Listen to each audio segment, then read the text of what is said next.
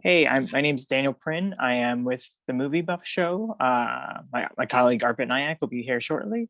And I'd love it if we could start by having you, Jeremy, and Sam introducing yourself and the film. I'm Sam Anthamatten, and today we are in Munich. We are presenting Liste, Everything or Nothing. And yeah, it's a pleasure to sit here with Jérémie Heitz. So I'm Jeremy, living in Switzerland, in a small village in the French part of Switzerland. And I'm skiing since I'm 3. And then, we are in Munich and then tomorrow would be Austria again to show our new project. So pretty excited. You mentioned that you've been skiing since you were 3. So I suppose I'd start by asking, what gets you guys into a sport like this? Like, how do you, like, not standard skiing, but like this kind of like more extreme skiing? Yeah, it's starting super early, as we say. For Sam, it's the same. We started as soon as we could walk, almost. So it was natural for us to be like every person that live in the mountains, to try some skiing pretty early. And then after that, we just, it was a natural evolution for us. And then for myself, I took part of the ski club, the local ski club, to do some racing through the gates. And at 16 years old, I naturally turned for free riding, competing for a few years. And then after that, keep on going, the evolution keep on going to do some more mountaineering, because it's always like pushing a little bit, the access to want to discover new places. And for that, you need to be a little bit higher than the gondola or chairlift things. So you need the ability to reach other terrain. Yeah, I think it's really, we started the normal slope like everybody else, but we saw opportunities just like off pace and going further and pushing further. That was always something we have done. Okay, now, did you guys ever try snowboarding, or is that not as big of a thing in Europe? Yeah, I've tried snowboarding for 2 years to do the same as my big brother. Is a snowboarder. So I just want to copy him a little bit, but I directly saw that it's not for me. Yeah. I got now 3 snowboards at home. So. Oh yeah. Okay. Sometimes on powder days I change. Okay. Okay. Cool. So like professional skier and then fun snowboarder almost. Yeah. Okay. Trying to be snowboarder. Fair. Now, speaking of just the mountains you guys ski on, it's 6,000 meters. So you've built your way up to do this 6,000 meters for this documentary. So I'd be curious just to go where it started. Do you guys remember the first mountain or first like ski hill that you ever skied on or learned on? Yeah, I remember it's because when we go in my small resort, at the top of the gondola, my family have this really small chalet, so we can stay there, and it's directly on the slope. So on the front of it there is a little hill, and it's where everything started actually. Yeah, remember it quite well. Yeah. Awesome, that's a cool memory. Did you have one, Sam? It's the same. Well, pretty much the same thing. We started skiing in front of our house. Like really, you could open the door of the kitchen, walk 10 meters, put on the skis, and our father was like preparing always like a little slope for us, and we were just playing there. And the mother liked it because we were just out the whole day, and then at the evening she just had to shout it out at us to come for dinner, and she didn't have to look out for us too much. Now, Jeremy, your last name Heitz, is that like, were you born with that last name or did you pick it? Because it's kind of really convenient for what you do. It's I pick it up afterwards. I thought it looks it sounds nicer than my old one. No, okay. Just joking. No, that's a name from Swiss German part, That's from my grandfather. Actually, is originary from there, from that side of from the north of Switzerland, and then they move on to this place in the middle of the Alps. Yeah, that was 50, 70 years ago. So we are two generations already established in the French side. Sorry, I'm on my phone, so I didn't notice that my colleague Arpit has joined. So Yeah, hi yeah. Arpit, how are you? Yeah, we can see it. Hi. Did you want to start with some of yours, Arpit? So, obviously being alone in the mountain, it's where, the risk is a lot that something can go wrong. So when you are picking up your team, how do you pick up your team, and how much it's important, to pick the right member when you are just doing all these things which can, go wrong so easily.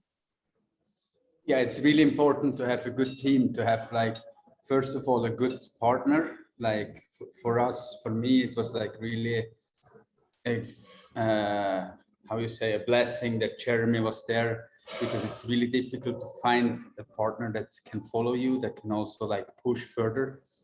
And at the same time, we need a team, a camera team that has ability to go to Pakistan to 5,000 meters. And it's a difficult topic, but we are like, in skiing, the community is pretty small and we know each other pretty well. So there is always somebody looking out, and yeah, we know each other. So that's a good thing. Yeah. For our decision and things like this, when we have doubt, for example, during the climb for snow condition, and even just before dropping, we can talk to each other super like easily by the radio or just by like this, and then we can answer some open question that we have, and then after that we just personally do how the little routine we have in terms of check, and just to know if it's okay or not to ride it, to not risk anything, and then we walk back a few times also. So I think it's pretty important to get the opportunity to come back. So risking such a things in Pakistan or even Peru would have been not the plan for sure. So, like whatever things that we do in a life that gives us certain sort of learning. So being on a mountain, I'm pretty sure that must have given you a great learnings as well. So what are the key learning that, that being on a mountains has given you guys in your life? Je ne comprends pas. T'as compris? Like, you mean what the mountains were teaching us for life, or? Yeah.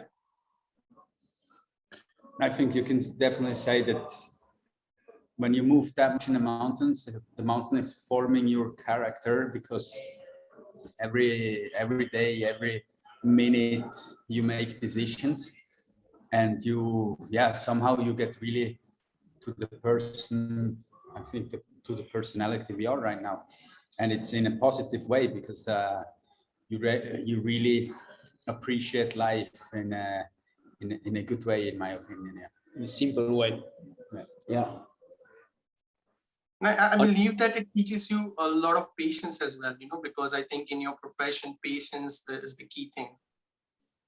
Patience is really, really important. So it's important to be well prepared, but then like also be able to step back, and when you have the possibility, just to push full on and go for it.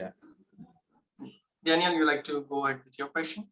Sure. Yeah. Now, I love the fact that like the mountains that you guys are going on, I feel like you're either the first or a very few people that have gone on that ski that specific slope.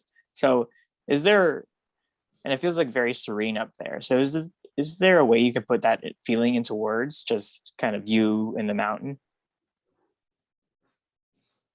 Feeling into the words, like difficult, like those when you're up there, it's just so incredible, because we have worked for almost half an hour for one expedition, and it takes you weeks to get to this point to just access the mountain.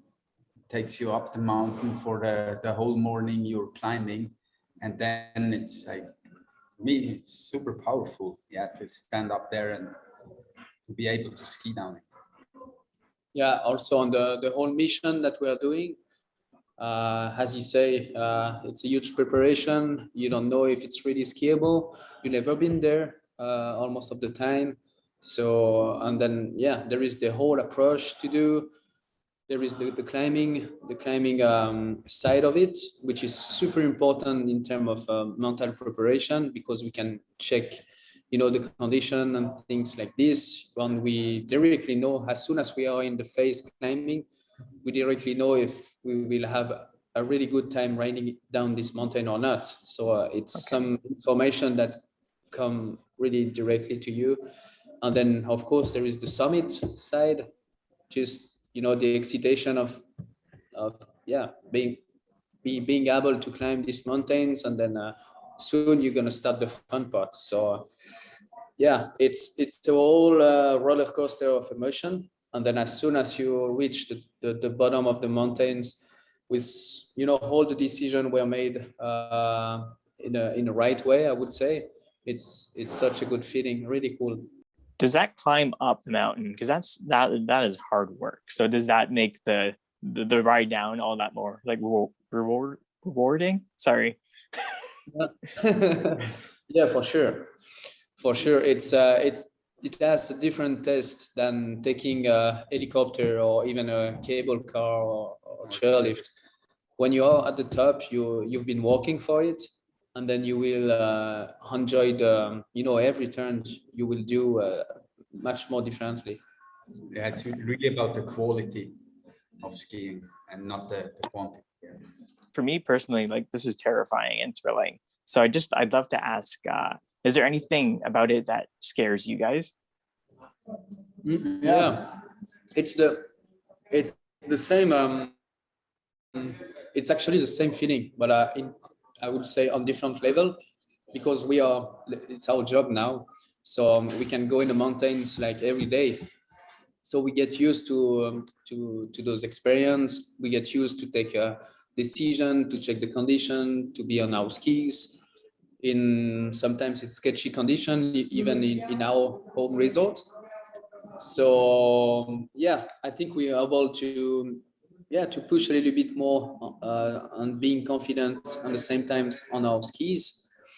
And then so the fear line, it's in a different level, but when you can feel it, it's definitely the same feeling. And I can speak to myself. I had some when you're concerned about a danger or mountains, just by looking at it, it's also a nice feeling, because you get aware about the surprise you can have.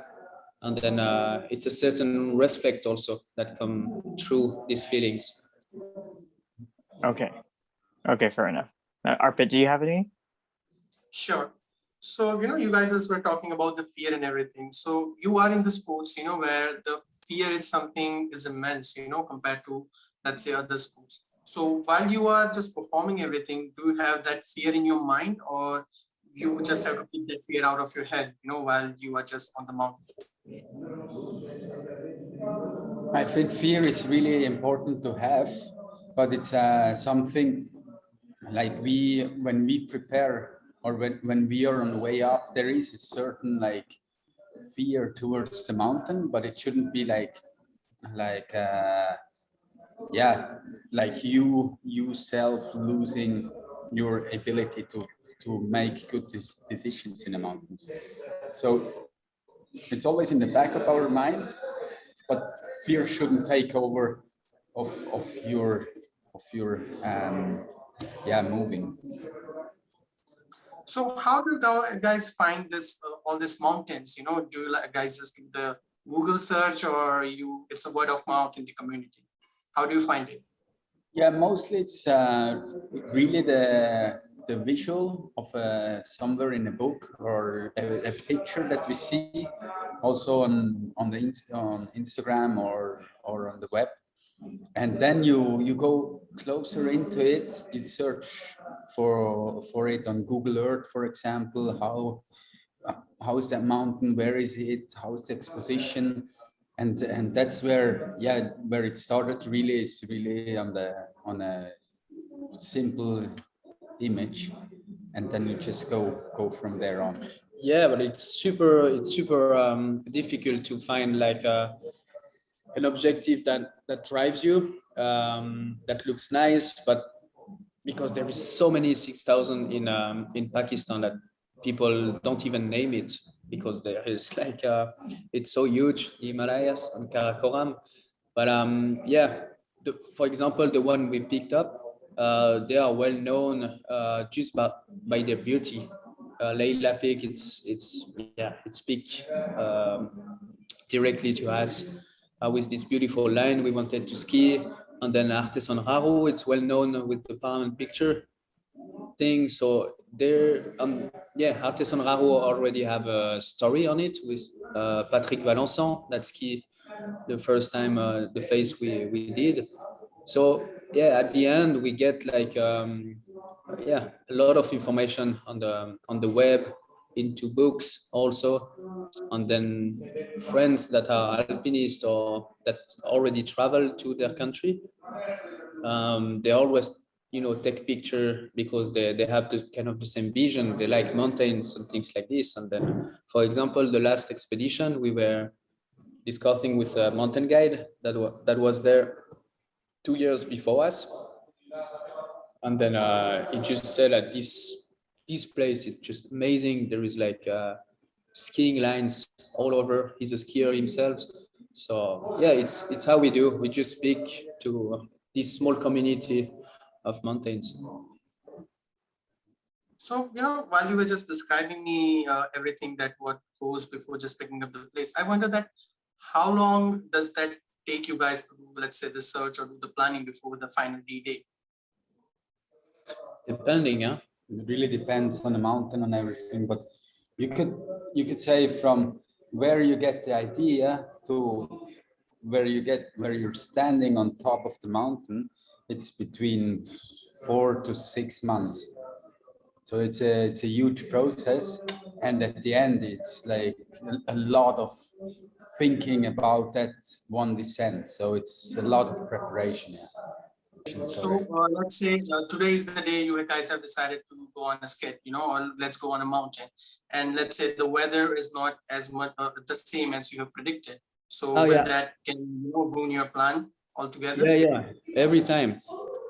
We need special thing to be aligned, to be able to perform like the way we want, because it's such a special approach that we want to ski these lines. We need to add speed on those big and steep lines, but to be able to do that, we need the right materials. So it's a bit heavier than normal skis for sure, and then the right condition also. Also the visibility, having a cloud, having some lights in the mountain, in the face, with of course some sunny condition. It's helping a lot. If it would have been flat light or cloudy or some things like this, it's definitely not a good condition for us. So there is like many things to be aligned to be able to do it. Yeah, that's the difficult part, really, to have that. Also to be as an athlete, to be ready on that day, because when everything aligns and you're not ready yourself, then you're also missing a window again. Yeah. So, in one of the point of the film, you guys are comparing the mountains with the cathedrals, So do you guys have any favorite mountains, let's say for that look or for some emotional connection? Do you have any favorite mountains? Favorite mountain? Yeah. You ask Samuel what his favorite mountains. The Matterhorn. The Matterhorn in Zermatt, where I live actually. No, for me personally, it's no favorite mountains. It's really like the mountain, like chain, like for example, Pakistan. It's the mountains with the people together that make makes a journey that's so special. It's kind of the same. I don't have a special favorite mountains and things like this. It's really the shape of the mountains. If you ask a kid to draw mountains, it's gonna be like supernatural, like triangle, and then if he wants to add snow on it, it's gonna be like some white pink on it. So it looks super simple and beautiful, and it's what drives you to these mountains. It's just like beautiful mountains, a beautiful objective, beautiful skiing on it, hopefully a nice story, and that's a beautiful combo to show around the world and to share our journey. I'd also love to ask, just with all the runs that you guys do, have you ever felt like really good about like a run down a mountain and then realized that the GoPro wasn't working? Yeah, we've had that quite a lot of times actually. So I remember I was 3 years ago like voted for best freeride line of the year, and my GoPro was actually set on timeline. So actually I was skiing it, but with a timeline mode, so it wasn't usable. Oh man, like you guys say that you ski with quantity, right? Because it's just, or quality over quantity, because it's pretty much just run. So that is a shame. Yeah, but almost of the time it's battery issue. When you're riding and you just hear, oh, you're like, fuck, I continue, but yeah, it happens quite often. Yeah, because it's also difficult to like focus on the riding, on security, and then also, and in plus with the whole GoPro and everything, it's Okay. And also perhaps another camera work question, but I thought it was pretty cool, Sam, when you were skiing down, I think the peak was called Layla. It kind of just made me think, like, as the camera like zoomed out more, it kind of felt existential, as you are this small guy going down this huge mammoth of a mountain. small guy. You look like an ant, not up close, but So I don't know if you wanted to add on to that. I thought not only in the mountain. No, but what is really crazy about it is that, okay, I was on a big mountain there, but just next to it there is K2, which is 2,500 meters higher. So the whole country is absolutely crazy. It's like, this was like a big zoom out with the drone, and at the same time you could do a big zoom out with a helicopter, and it would be not even like crazier. Yeah, okay. But that's really the mountains over there. They're just 10 times bigger than the Alps. Okay, so it's a combination of drones and helicopters that are getting those surrounding shots? No, it's what we did during the expedition. It's only drones. Okay. Yeah. So imagine it would be too windy with helicopter. No, because in this country it's really hard to. It's not like in the Alps or maybe in the US. You just call for the helicopter and it's coming. You need to deal with the army back there, and then if you need to put a shot over on it, yeah, it's a huge organization, and at the end, the timing it's so close to get it, so super short timing. So if you need to call the helicopter the day before, at least, sometimes we just decide in the morning if we go or not. So having a drone with us, it was like so much easier, and we could see with a good pilot. It was even nicer because it could be like in different angles. It was also faster for us because it was super cold sometimes. Yeah. So sure. It was just simple in the whole. Yeah, it had to be simple. Yeah. Okay, great. Well, Arpit, I'll give the last question to you. So I'd love to ask this question to both of you: that what success mean to you as an individual, and what success mean to you as an athlete? And it go for I it. think success for me, just in general, as a person, is when you go into the mountains, you do all your decisions right, and at the end you're at home with your family, maybe drinking a beer, and you know, okay, what I've done today was special, was in a certain way pushing the limits, but I have done all those decisions to the right side, that I'm sitting here now with my beer. That's for me success. Yeah.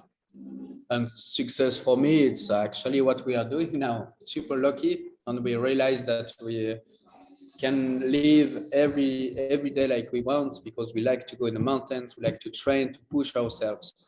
And yeah, it's doing such a journey like Sami said, and also to, yeah, sometimes you just realize how lucky you are to live your passion. And living your passion, it's a huge success for me. Yeah. Okay, That's cool.